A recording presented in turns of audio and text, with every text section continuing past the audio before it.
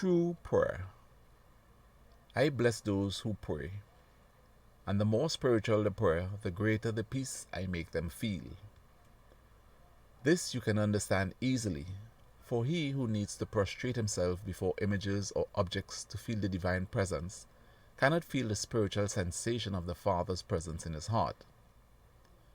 Blessed are they that have not seen, yet believe. I said in that time and again today, for he who closes his eyes to that which is of this world opened them to the spiritual. And he who has faith in my spiritual presence shall feel and rejoice in it. For how long will this humanity deprive its spirit of the joy of feeling me in their hearts through direct prayer? Or what is the same, by means of spirit to spirit prayer?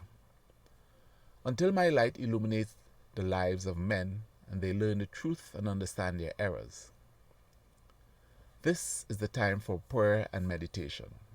But prayer, free of fanaticism and idolatry, and of meditation that is serene and deeply immersed in my divine word. Every hour and every place can be appropriate for prayer and meditation.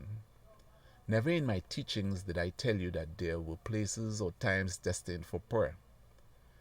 Your spirit being greater than the world it inhabits, why confine me to such limited images and sights when I am infinite? The greatest reason for the earthly troubles and spiritual poverty of men is their imperfect form of prayer.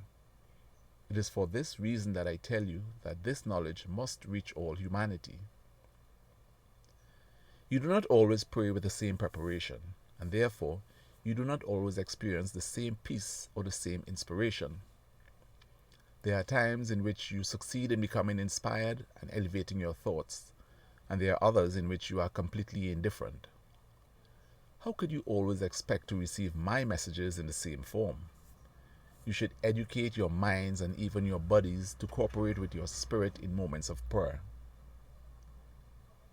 The spirit is always willing to communicate with me, but it requires the goodwill of the material body in order to elevate itself in those moments and to free itself of everything which surrounds it in its earthly life.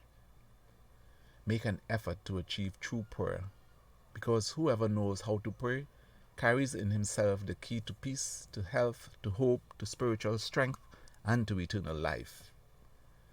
The invisible shield of my law protects him against all temptation and dangers. He will bear an invisible sword on his lips to defeat as many enemies as might block his path. A ray of light will light his way amidst the storms. A constant miracle will be at his reach whenever he needs it, whether for himself or for the good of his brothers. Pray. Practice that sublime gift of the Spirit, for that strength shall be the one to move the life of men of the future, those who will be able to communicate with me from spirit to spirit.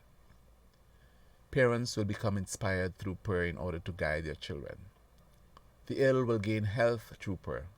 Heads of states will resolve their great problems seeking light with prayer.